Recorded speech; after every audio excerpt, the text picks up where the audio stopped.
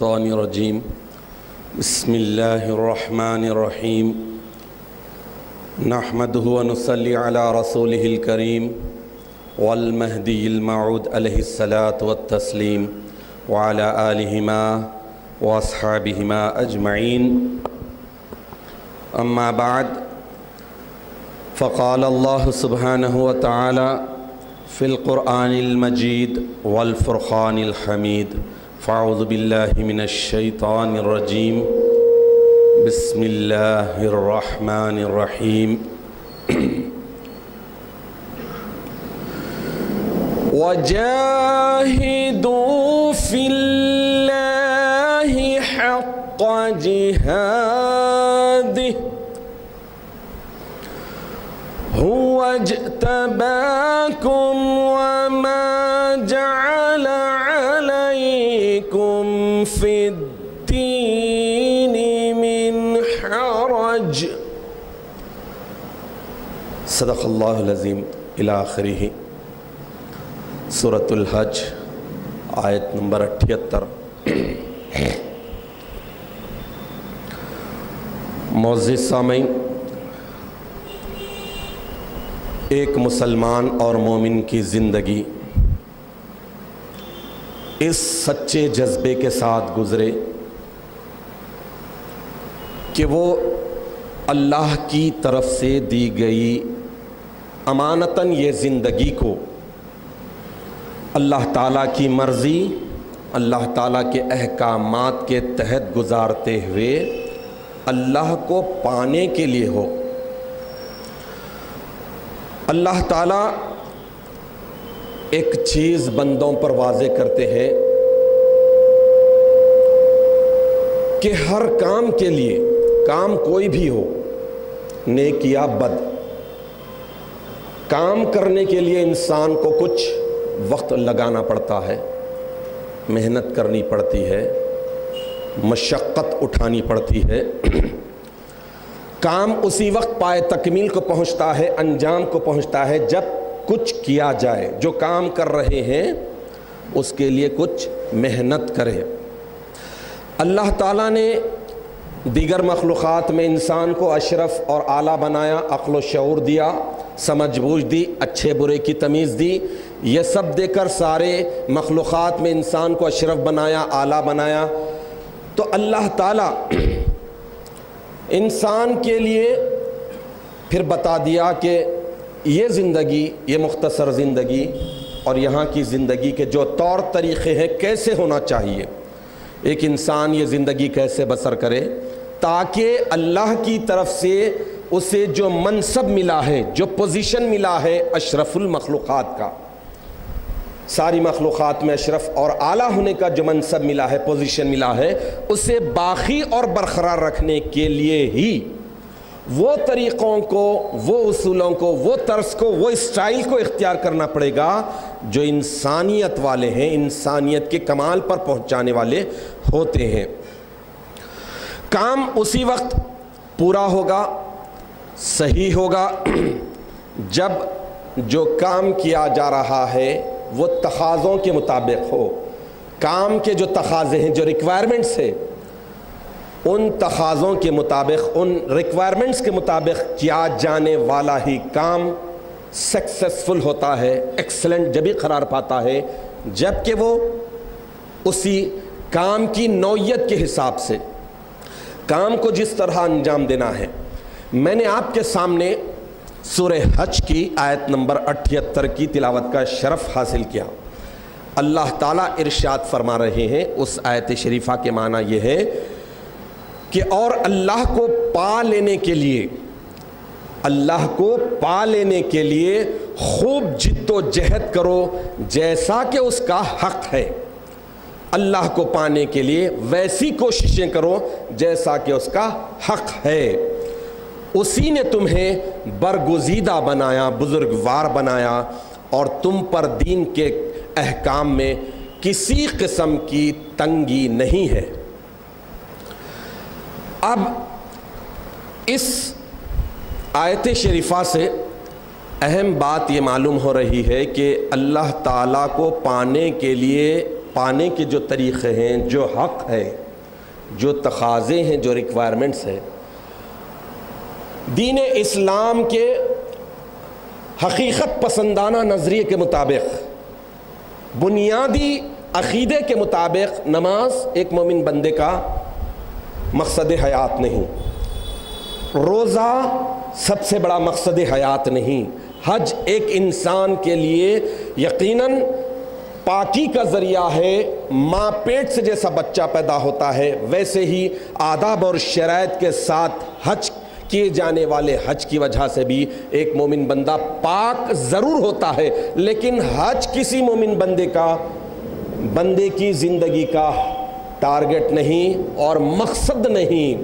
یہ جتنے فرائض ہیں، جتنے واجبات ہیں، جتنی ذمہ داریاں ہیں، یہ سارے کے سارے مومن بندے کو اللہ کو پانے کے ذرائع اور وسائل ہیں۔ اس اعتبار سے اللہ سبحانہ و تعالیٰ ایک مومن بندے سے چاہتے یہی ہیں کہ مقصد کو پانے کے لیے، یعنی مجھے پانے کے لیے ضروری ہے کہ نماز کو اس کے حق کے مطابق پڑھو، روزے کو اس کے شرائط اور آداب کے مطابق رکھو، حج اسی طرح کرو جس طرح کے کرنے کا حق ہے تاکہ تم پاک ہو جاؤ، تو پھر تم مجھے پا سکتے ہیں۔ اس آیت شریفہ میں خاص طور پر جو لفظ کی طرف میں آپ کی توجہ مبذول کرانا چاہتا ہوں، توجہ کو ادھر پھیرنا چاہتا ہوں، وہ یہ ہے کہ اللہ تعالیٰ ارشاد فرما رہے ہیں کہ وہ جاہدو، جاہدہ یجاہدو، تجاہدہ یتجاہدو، مجاہدہ مجاہدہ، اس کے معنی لغت میں آئے ہیں کہ دشمن کی مدافعت میں، دشمن کی ڈیفنس میں مقدور بھر کوشش کرنا اور اپنی طاقت کو جھونکنا۔ جتنا اللہ تعالیٰ نے انسان کو طاقت دیا ہے، جتنی کیپیسٹی ہے، اس پوری طاقت کو جھونک دینا دشمن کو نیست کرنے کے لیے، دشمن کو کمزور کرنے کے لیے، دشمن کو ناکام کرنے کے لیے۔ تو انسان ایک کام کرتا ہے اور کام کا مقصد ہوتا ہے، تو جب بندہ اللہ کو پانے کے لیے جد و جہد کر رہا ہے، کوشش کر رہا ہے، پریکٹس کر رہا ہے، تو پریکٹس میں یقیناً دشمن اپنی دشمنی نبھا کر پریکٹس سے دور کر دیتا ہے، پریکٹس میں کمزور کر دیتا ہے، پریکٹس اس کی جیسی ہونی چاہیے ویسی نہیں ہوتی ہے۔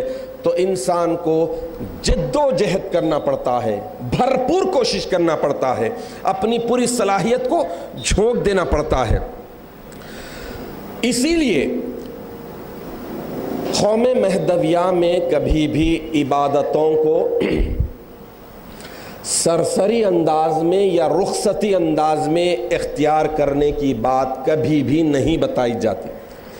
عبادتوں کو عالیت کے ساتھ، خدا کو پانے کے سچے جذبے کے ساتھ نماز پڑھنا، روزہ رکھنا، حج کرنا، زکوٰۃ دینا، حسن اخلاق کا مظاہرہ، گناہوں سے بچنا، یہ سب اللہ کو پانے کے سچے جذبے کے ساتھ ہونا ہے۔ تو انسان جب اللہ تعالیٰ کو پانے لگتا ہے تو پہلے اللہ کی محبت دل میں بسانا پڑتا ہے۔ سورہ مائدہ آیت نمبر 54، اس میں اللہ تعالیٰ فرما رہے ہیں کہ اے ایمان والو، جب تم اپنے دین سے پھر جاؤ گے، پلٹ جاؤ گے، مرتد ہو جاؤ گے۔ کسے مخاطب کر رہے ہیں اللہ تعالیٰ؟ ایمان والوں کو۔ اے ایمان والو، یا ایھا الذین آمنو، اے ایمان والو، جب تم اپنے دین سے مرتد ہو جاؤ گے، پلٹ جاؤ گے، تو اللہ ایک قوم کو لائے گا جس سے اللہ محبت کرے گا، اور اللہ سے وہ افراد قوم، اس قوم کے افراد محبت کریں گے۔ تو قوم مہدویہ کی بیس میں، بنیاد میں، گتی میں، فطرت میں محبت الہی ہے، اور محبت الہی ہونا چاہیے۔ محبت الہی اگر نہ ہو تو سمجھ لو کہ وہ مہدوی نہیں۔ اللہ کی محبت ہونا، تو اب محبت اللہ کو پانے کے لیے، اللہ کو حاصل کرنے کے لیے، یہ جو ذرائع ہیں، یہ وسائل ہیں، نماز، روزہ، حج، زکوٰۃ وغیرہ، اسے پورے محبت کے ساتھ ادا کرنا ہے۔ حضور مہدی موعود علیہ الصلوۃ والتسلیم بڑے پیارے انداز میں محبت کو پانے کے لیے ارشاد فرماتے ہیں محبت اردو میں جب لکھا جاتا ہے میم ہے بے تا تے محبت بنتا ہے. مہدی علیہ السلام ارشاد فرماتے ہیں کہ محبت الہی کو پانے کے لیے، محبت کو پانے کے لیے بے کا جو نقطہ ہے محنت کرنی ہے، اسے اٹھا کر اوپر رکھنا ہے. محنت پر محبت ملتی ہے. محبت کب ملتی ہے؟ محنت کرنے پر ملتی ہے. تو محبت کے بے کے نقطے کو اوپر لگا دیتے ہیں تو محنت ہوتی ہے، اور محنت سے ہی محبت ملتی ہے. تو محبت میں جب آدمی اللہ تعالیٰ کی محبت میں پورا ہو جاتا ہے تو اللہ تعالیٰ ارشاد فرما رہے ہیں کہ اسی نے تمہیں برگزیدہ بنا دیا، بزرگوار بنا دیا، ریسپیکٹیبل بنا دیا. تو محبت میں جب اللہ تعالیٰ کی پوری ہو جاتا ہے محنت کرتے کرتے، تو محنت کیسی ہو؟ اللہ کے رسول صلی اللہ تعالیٰ علیہ وسلم بھی ارشاد فرما دیے کہ تم عبادت کرو تو ایسی کرو کہ اللہ کو دیکھ رہے ہو. اگر دیکھ نہیں سکتے، چاہے عبادت نماز ہو، چاہے عبادت روزہ ہو، چاہے عبادت حج ہو، چاہے عبادت پڑوسی کے ساتھ حسن سلوک ہو، چاہے عبادت حسن اخلاق کا مظاہرہ ہو، کچھ بھی ہو، زندگی کے جتنے کام ہیں سارے کے سارے عبادت کے سانچے میں ہو تو عبادت کیسی ہو؟ اللہ کو دیکھنے کے جذبے سے. تو پھر تم محبت میں کامیاب ہو جاؤ گے. جب محبت میں آدمی کامیاب ہو جاتا ہے، محبت میں سرشار ہو جاتا ہے، تو دین اس کے لیے خود بخود آسان ہو جاتا ہے. دین اس کے لیے آسان ہو جاتا ہے، اس کے لیے کوئی تنگی نہیں رکھی جاتی. جیسا کہ اللہ تعالیٰ بھی ارشاد فرما رہے ہیں کہ وَمَا جَعَلَ عَلَيْكُمْ فِي الدِّينِ حَرَجٍ، اور تم پر دین کے احکام میں کسی قسم کی تنگی نہیں رکھی گئی ہے، آسانی ہی آسانی. اب اس کے لیے ایک واقعہ جو حاشیہ انصاف نامے کے صفحے 137 پر آیا ہے کہ مہدی علیہ الصلاۃ والتسلیم، دین کتنا آسان ہو جاتا ہے. دیکھ لیے پریکٹیکل. یہ آج ہم صرف یہ نقل شریف آپ کے سامنے سنا رہے ہیں، لیکن پریکٹیکل جو بزرگان دین صحابہ مہدی اس مرحلے سے، بڑے مرحلے سے، کٹھن مرحلے سے، محنت والے سخت ترین مرحلے سے گزرے ہیں.